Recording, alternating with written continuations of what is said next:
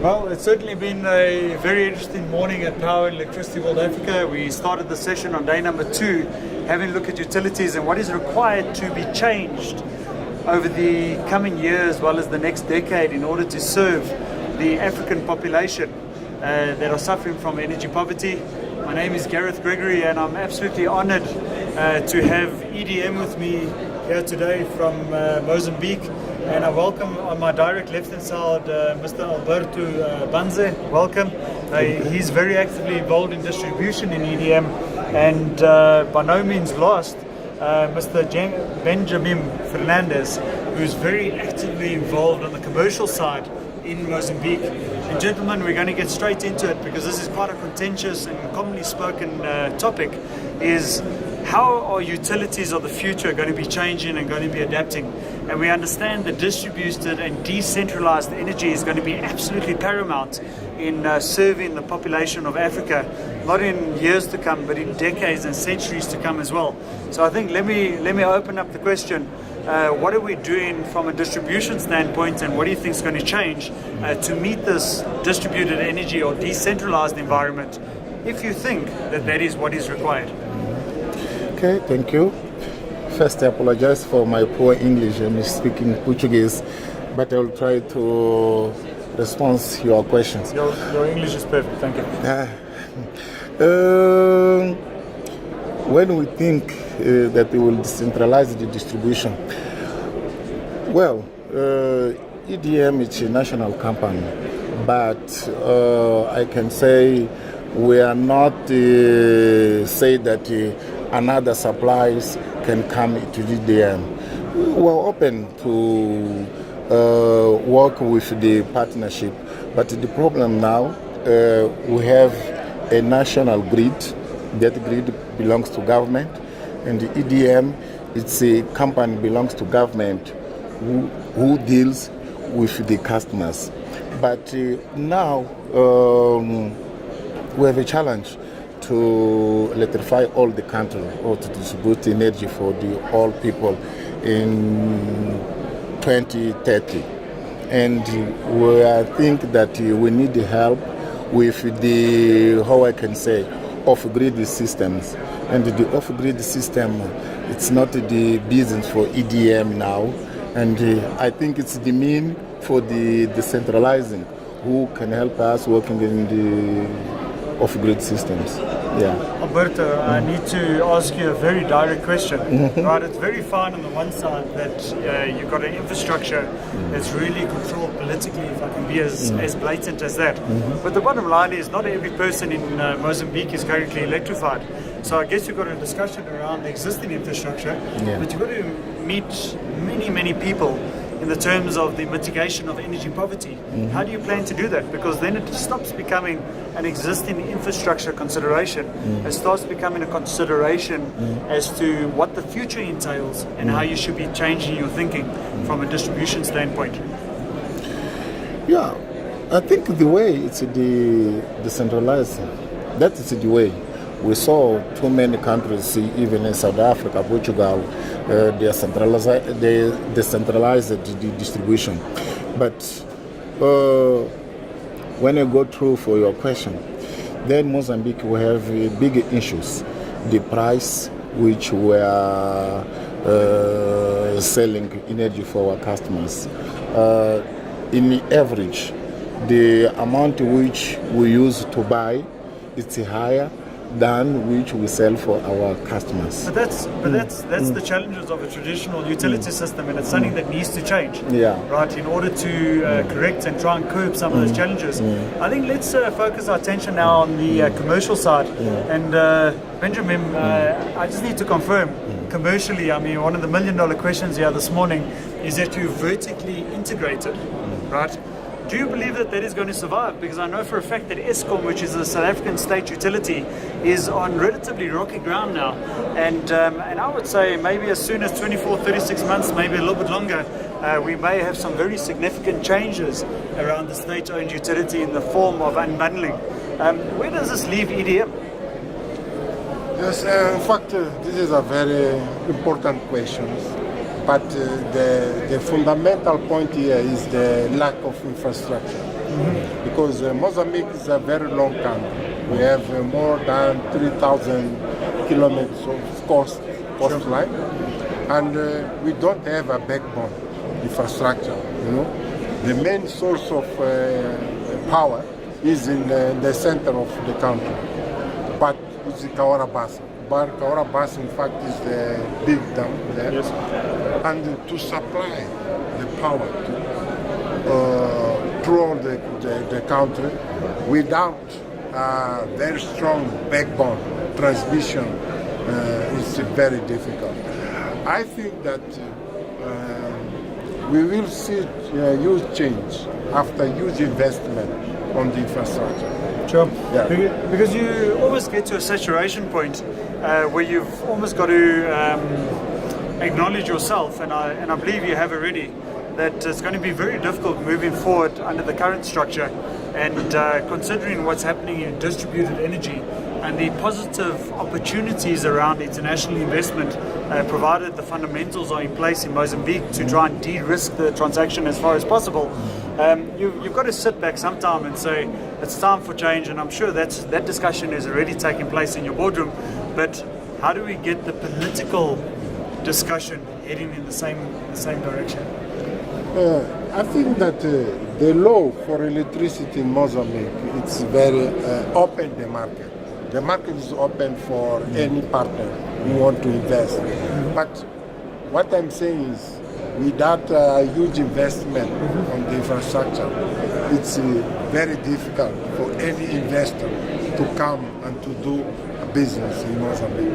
Because you need first to invest on the backbone, have a huge infrastructure. Because we don't have a backbone, we don't have huge investment. Sure, but without that, it's very difficult. But isn't distributed energy your ultimate golden bullet, if I can call it that, right? To actually resolve these issues, right? So if you have a strategy around distributed energy and you implement it, the existing backbone, if I understood you correctly, you need the backbone to create the investment. Well, it could work slightly differently as well. You could take a very positive and very proactive stance in creating this decentralized energy generation market, possibly in the terms of microgrids, where you can serve outlying areas and you can start getting that portion of the population active in the economy. Is that not the true step that needs to be taken here? An acknowledgement. It's almost the chicken or the egg. You know, what is going to come first? Yeah. But you need to do something. No, I agree with you. What we are looking for in Mozambique is different type of solutions. In fact, we are moving to very decentralized generation. We are investing now on solar plant in different places of Mozambique. How many megawatts? Now we are talking about Mukuba. The solar plant is 40 megawatt. 40? Yes, and Metoro, more 40 megawatts. And we are also seeing some investment on the small projects because we have a department for the government called FUNAI. They invest on renewable energy in a very remote areas. Very good. Now, something that Egypt has done very well is the expediting or the speeding up of the process to get businesses involved in generating power, right? So they've done everything that they could possibly do to try and make the process as easy and as quick as possible, and of course not creating risk for the broader infrastructure, which you would understand backwards, right? But in principle, do you feel you're doing enough and quick enough? And is there real sentiment from government to actually have these decentralized programs develop further? And is EDM sitting there and saying this is our future, or is it merely a marketing approach that says we are doing something around distributed, we're doing something about renewable energy, but I think we're just going to carry on as we are? What are your thoughts on that, Alberto? Okay, let me go back a little bit. Now in generation, we have independent producers who producing and supply to EDM, and EDM distribute for the population.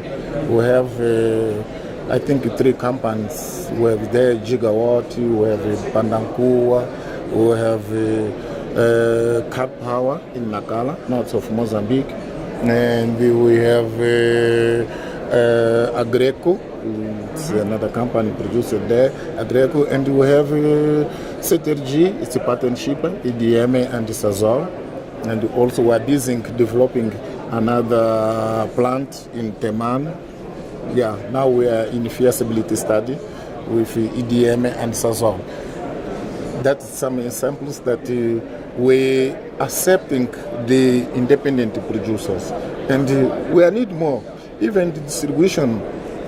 Seems what my colleagues say, the law is opened and accept another stakeholders to help EDM distributing energy. But the point is, in person, we have a village called Vilankulush, a big beach there, and it was private utility were there in the past. But there were too much problems because the price, EDM is selling in average at 8 cents USD per kilowatt hour, and there in Vilankulush it was around 20. But this is where your regulator comes in. Comes for regulator, but it's not strong regulator now. I think that price it was the agreement with the utility and the government. Maybe I don't sure how it was. The deal was But the people was complaining too much. Price here in Vilanco is around 20, but in Inyambani, Maputo, Beira, around here, it's so very cheap. But that in principle shouldn't be a negative factor to stop or to slow down distributed energy. Right? What you got to do there, surely, and maybe I should get back to the commercial side now, you should have sufficient regulation. Not regulation that is put in place before you understand where the market is heading. But it sounds like you've got enough projects that are starting to materialize now to put some good and informed regulation in place. Why is that not happening? Yeah, in fact, the government is putting a new structure of a new body to regulate the sector. Because, in fact, this is a very important. You need to have a very strong regulation to drive the market. Otherwise, it's difficult for any investor to put money there. How long will that take? As far as I know, this year the new body will start working with the full structure, and they will appoint. 2018. Yes, they will appoint all departments. They will recruit people because this is a process. You know, they need to build a very strong regulator and to drive. But do you believe it's going to be a consultative process, or would you believe that it will be a politically fueled process as opposed to an open market? Until now, the government is very open and is taking comments for several stakeholders. And I believe that it will have the contribution of all stakeholders. So it will overflow into the regulatory side. Yeah. Very good. Let me Please. comment on this. Yeah, me also I believe that when the regulator work proper, I think even for EDM, it will so very easy for us to discuss with the regulator about the price. Because now, what I'm saying before, the cost which we are buying is so high, and we are selling down. Yeah, the regulator, he will decide, the business we have to do this and that, and the price, it will be like that. It will be good for EDM also. Of course, because it gives you some form of security and continuity. Very good. So in closing this morning, on the second day of Power and Electricity World Africa, there's a lot happening, there's a lot of discussion taking place, etc. What recommendation would you like to give to other African geographies, and it could be South Africa as well, as to what needs to happen next, what needs to happen in the next 1, 2, 3 years, or possibly the next 3 to 10 years? What would be your piece of advice or input that other African countries can learn from you and to make their particular geographies better? One of the learning is to invest on the renewable energy. I've realized that Africa has huge potential in solar energy, and this is my advice. Take the step, get it done. Don't wait too long. Don't wait for all the policy to be in place. Actively commission the pilots and let the pilots and the environment around that particular pilot plant inform the formulation of policy, etc. There's a good saying, you know, you can have all the bells and whistles and release a policy, but you have very, very little benefit from it, or you can develop a policy only 40 or 50% of the way, and you allow the market to finish off the development of that policy so it's beneficial. So I think that's definitely what you're potentially referring to, and it sounds as though you're in a very positive process now to actually get that discussion functional. Alberto, on your side, what would your recommendation be? First, going in the same way with my colleague, I think recently, 2 weeks ago, maybe, the African president, they signed the agreement to open the market. I think it's so very important for us, this sector, energy sector, to have the common policy for me to treat these renewables energy, because we saw there are some countries that are very developed and another country they are not developed, and also the prices for the energy is so very, very, very different.